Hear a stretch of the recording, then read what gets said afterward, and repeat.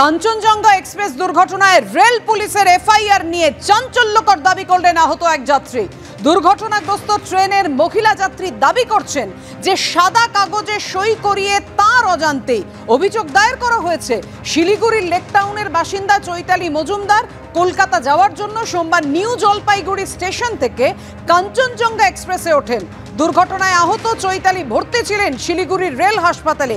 ওই মহিলা যাত্রীর দাবি, ওই দিন রাতে জিআরপি এসে তার বয়ান রেকর্ড করে সাদা কাগজে সই করায়, বাড়ির ঠিকানাও জানতে চায়, কিন্তু সেটাই যে অভিযোগ হিসেবে নেওয়া হয়েছে সে সম্পর্কে কিছুই তাকে জানানো হয়নি।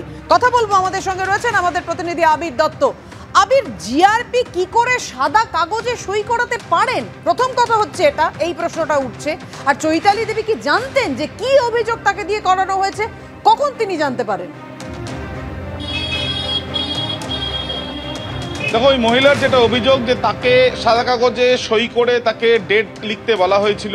তিনি হাসপাতাল থেকে যখন তিনি কিছুটা স্বাভাবিক পর্যায়ে আসছেন তখনই তার সঙ্গে কথা বলে রেল পুলিশের জিআরপির প্রতিনিধিরা, এবং তারপরে সন্ধেবেলা তার কাছ থেকে কি ঘটনা ঘটেছে সম্পূর্ণটা জানা হয়। যেটা তিনি অভিযোগ করছেন যে তিনি এফআইআর করেননি, কিন্তু তার নামে এফআইআর করানো হয়েছে বলে জানানো হচ্ছে, এবং তাতে তিনি বিস্মিত। অন্যদিকে রেল পুলিশের তরফ থেকে যেটা বলা হচ্ছে যে লিখিত অভিযোগ হয়েছে। লিখিত অভিযোগ যেটা হয়েছে, যা বয়ান নেওয়া হচ্ছিল এই প্রত্যক্ষদর্শী বা আহত যাত্রীর, সেটা ভিডিও রেকর্ডিং অবধি আছে, এবং তিনি সেদিনকে ভিকটিম অন্যতম এই ঘটনার, তিনি আহত হয়েছিলেন। তার বক্তব্য সেগুলো শোনার পর তার কনসার্ন নিয়েই তারপরে কিন্তু এই অভিযোগ দায়ের করা হয়েছে। যে অভিযোগ ভারতীয় দণ্ডবিধি 302 পার্ট 2 অর্থাৎ গাফিলতির জেরে মৃত্যু, সেই জামিন অযোগ্য ধারাতেও কিন্তু মামলা রুজু করা হয়েছে। ইতিমধ্যে তোমায় জানিয়ে রাখি, রেল পুলিশের তরফ থেকে তুমি জানো যে chief commissioner of railway safety, তার তরফ থেকে যে তদন্ত চলছে, সমান্তরালভাবে রেল পুলিশের তরফ থেকেও একটি তদন্ত চলছে। দুটি তদন্ত এই ক্ষেত্রে চলছে রেল কাঞ্চনজঙ্ঘা দুর্ঘটনার ক্ষেত্রে। রেল পুলিশের তরফ থেকে যে তদন্ত শুরু করা হয়েছে, সেই তদন্তে 6 সদস্যের একটি এসআইটি গঠন করা হয়েছে, স্পেশাল ইনভেস্টিগেশন টিম গঠন করা হয়েছে, যেখানে ডিএসপি র্যাঙ্কের আধিকারিক সেটাকে লিড করছেন। ইতিমধ্যে এফএসএল পরীক্ষা সেখানে হয়েছে, অর্থাৎ ফরেন্সিক পরীক্ষা করা হয়েছে। তারা মূলত যেটা জানতে চান যে এই দুর্ঘটনার পেছনে নেপথ্যে কারা, কার গাফিলতিতে। নেপথ্যের কথা যখন তুমি উঠলে, সেই জায়গায় মারাত্মক যে অভিযোগ করছেন ওই মহিলা যাত্রী যে তাকে সাদা কাগজে সই করিয়ে নেওয়া হয়েছে, কি অভিযোগ তাকে দিয়ে লিখিয়ে নেওয়া হয়েছে, কি অভিযোগ তাকে দিয়ে করানো হয়েছে, কি বলছেন আহত ওই মহিলা যাত্রী? দেখুন, আমি কালকে তো ট্রেনে ওই অবস্থার মধ্যে আমি বাড়িতে ফোন করি, বাড়ি থেকে আমাকে নিয়ে যায়, তারপরে আমি হসপিটালে ভর্তি হই। সেখানে গিয়ে নর্মালি কিছু আরপিএফ আসে আমার কাছে, তারা কথা বলে যে আমার নাম, ঠিকানা, তারপরে অ্যাড্রেস, সব কিছু ডিটেলস নিয়ে যাওয়ার পর তারপরে আরও কয়েকজন আসে রাত্রিবেলা 8:30টার সময়। তো তখন এসে তারা আমার থেকে আমার কি পরিস্থিতির মধ্যে ছিলাম সবটা ওনারা জানে, শুনতে চায় আর কি। আমি সেটা বলি, সেটা ওনারা ভিডিও করে। ভিডিও করার পর দেন আমাকে একটা সাদা পেজের মধ্যে ওখানে আমার নাম, ঠিকানা শুধু লেখা ছিল। আমাকে নিচে বলেছিল সিগনেচার করে আজকের ডেটটাকে দিয়ে দিতে। আমি শুধু সিগনেচার করে আজকের ডেটটাকে ওখানে দিয়ে দিয়েছিলাম, কালকের ডেটটাকে। দেওয়ার পর ওনারা চলে যায়। তারপরে রাত্রিবেলা ওই 10:30 নাগাদ আরও 2টো পুলিশ আসে, তারা আমার নাম, ঠিকানা এসব কিছু নিয়ে চলে যায়। তারপরে সেরকমভাবে কেউ কোনো কিছু আসেনি। তো আমি প্রথম আর কি আপনারা তো নিউজ দেখেছেন, ওই বাংলার থেকে আমাকে প্রথম বললো যে এরকম এরকম আপনার নামে এরকম, আপনি নাকি এরকম অভিযোগ করেছেন।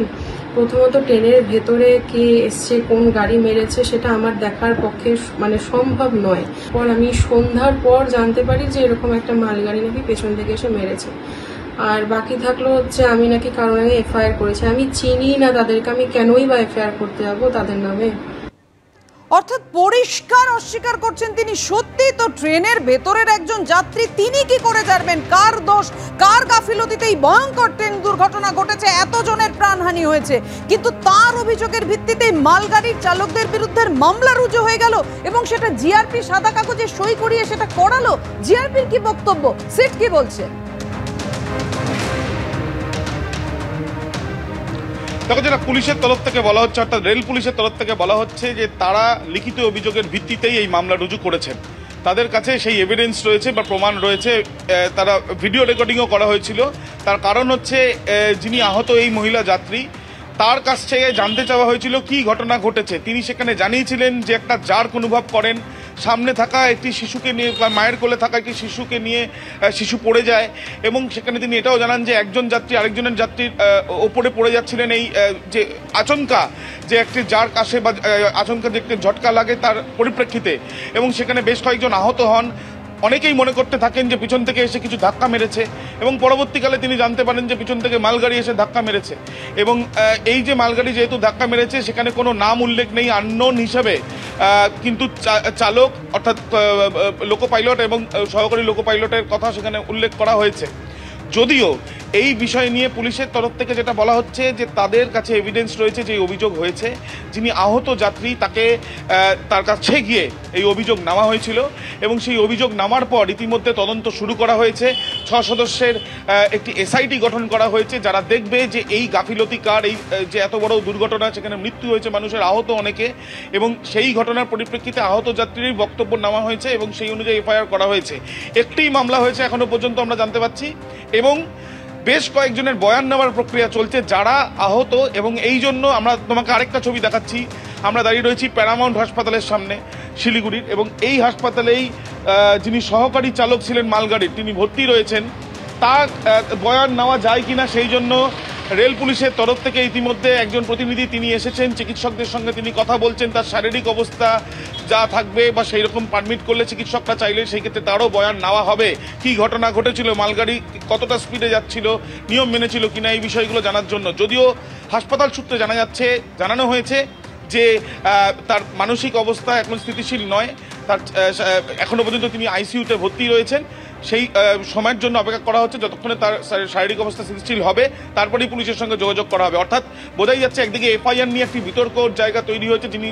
যিনি অভিযোগ করেছেন বলে প্রথমে জানা যাচ্ছিল, সেই অভিযোগকারিনী তিনি বলেছেন তিনি অভিযোগ করেননি, অথচ পুলিশের তরফ থেকে যেটা জানানো হচ্ছে রেল পুলিশের তরফ থেকে, যে লিখিত অভিযোগের ভিত্তিতে তাদের কাছে প্রমাণও রয়েছে, সেই অভিযোগের ভিত্তিতে ইতিমধ্যে এফআইআর হয়েছে। এবং এফআইআর হয়েছে ভারতীয় দণ্ডবিধি 304 পার্ট 2 অর্থাৎ গাফিলতির জেরে মৃত্যু। এছাড়াও একাধিক ধারায় অভিযোগ হয়েছে।